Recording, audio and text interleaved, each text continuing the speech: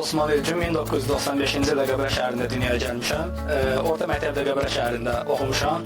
Aşpaz olmaq mənim uşaqlıqdan arzum olubdu. Hərbi xidmətə yollandıqdan sonra artıq mən hərbi xidmətə qərar verdim ki, aşpaz olmalıyam. Hərbi xidmətə başa vurduqdan sonra Qəbələ Dövlət Peşə Təhsil Mərkəzinə aşpaz ixtisası üzrə qəbul oldum.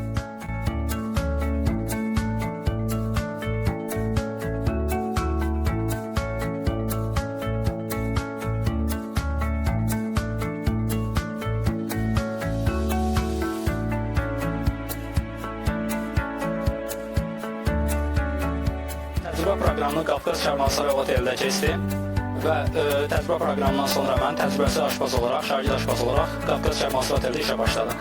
Daha sonra Qafqaz Sport Oteldən iş təklifi gəldi. Aşpaz köməkçisi olaraq Qafqaz Sport Otelində çalışmağa başladım. Bir neçə il çalışdıqdan sonra artıq aşpaz vəzifəsini aldım. 2022-ci ildən bəri Qafqaz Spanda Oteldə çalışıram və artıq mənim vəzifəm bölüm şefidir. Bizim menümüz əsasən Araq dənizi ölkələrinin menyusundan olan yeməklərdir. Milli yeməklərimiz də var. Menümüz çox çeşidlidir və fast food yeməklərimiz var. Bizim məqsədimiz hər zaman təamlarımızı daha ləzzətli hazırlamaq və qonaqlarımızdan daha yüksək qiymət almaqdır.